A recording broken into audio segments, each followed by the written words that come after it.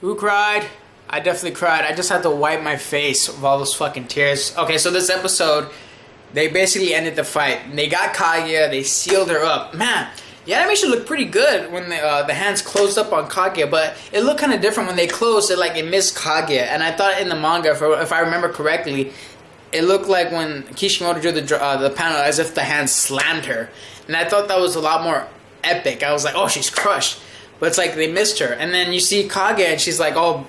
Like all these, all the tailed bees start coming out of her, and then like it spits out fucking Madara, and he falls faster than his dreams. And then this whole bunch of rocks are coming and sealing Kaguya as if it was like planetary. I forgot the one that Pain did years ago. Wow, that was a long time ago. Wow, I can't believe this. It's so close to ending this anime. So much filler, but man, finally we're almost there. Finally. And then you see Zetsu at the bottom. Oh, we're just gonna have to start from, ground zero. And then Naruto shows up. And what I remember from the manga, I thought he had kicked him. I'll have to look at him. Either he kicked him or threw him, but this was cool, man. Like, he tells Zetsu, he's like, oh, fuck off with your whole shinobi history. They taught me this and that. They taught me the person who I am. You're just a brat who can't leave in this. He's like, fuck off. He grabs him. He throws him into Kaguya, and he gets sucked into with the rocks. He's like, ah! I was like, oh, that was awesome, man. This episode, good episode, man. Such a great episode. And then the second half, you get some sad moments, man. They return to the other dimension because they're able to get the other 5 Kage from the past and the other Kage, with the 4 Hokages and the other Kage, they were able to summon them back, and it looked pretty nice, man, with all the ghosts there. They're like, it's good animation, and they're finally like, oh yes, and then Naruto's like, hey Kurama, what's up? And I was like, oh, I was kind of disappointed they censored it, man. Kurama, he had told Naruto, oh, shut up, don't speak too loud, I wasn't lonely. And then he flips off Naruto, and here he didn't flip him off. I was like, oh, I wanted to see that. That would have been hilarious, but, censorship, whatever. Then we get a part with Sasuke. He's about to go after Madara because he's laying there on the ground, and then Sage sits back, is like, no. Let Hashirama handle it. And then Hashirama's there, and they have the soft moments, and they talk about the dreams. And I think they come to an understanding that maybe they went too crazy. They went a little too far with their dreaming, especially Madara.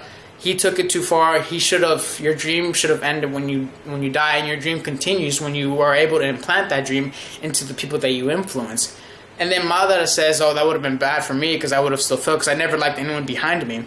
And it still stays true to Madara's character. And it's like, we know that Madara isn't turning good, so to say, but he understands it's done. I failed.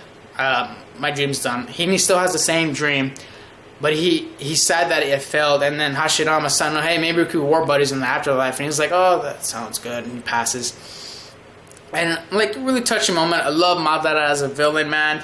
Sad for him to go, but it's time to go. Speaking of time to go, you got the rest of the Hokage. Saddest moment of the fucking episode, made me bawl, was when Minato had to go and he said happy birthday to Naruto. And it just brings back so many memories that it was his birthday with all the shit that happened in Naruto, the beginning of Naruto, how we started off. And it's just like, he starts breaking up in pieces. And then they put on the Kushina music, and I love Kushina a lot. I just lost it. I kept crying. And I even cried more when they showed Sarutobi Hiruzen.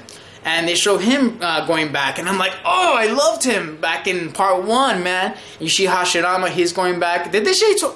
Where was Tobirama? How come they didn't show him? I don't remember. Whatever. Hashirama, Hiruzen, Minato, Naruto. He's saying all the things that Kushina had said to him in the past. And, just, man, that shit made me cry. It was really sad. Man. Good episode, man. I loved it. Best episode in a long time. It's funny how they...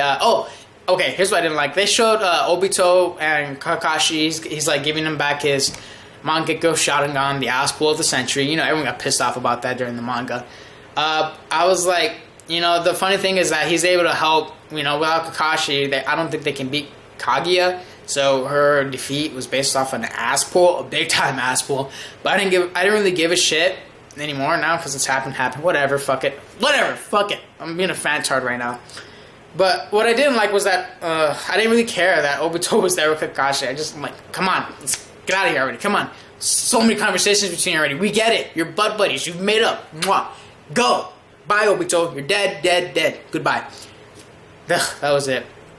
But then, other than that, really love this episode, man. 4.5 out of 5 stars. Oh, we're getting into it. Next episode, they kind of spoil some things in the previews with the things that they're doing. I'm like, why do you do that? I'm like, okay, not that there's any really many anime-onlys left. Whatever. I mean, good episode, man. Fuck it. Love the music. Fantard out.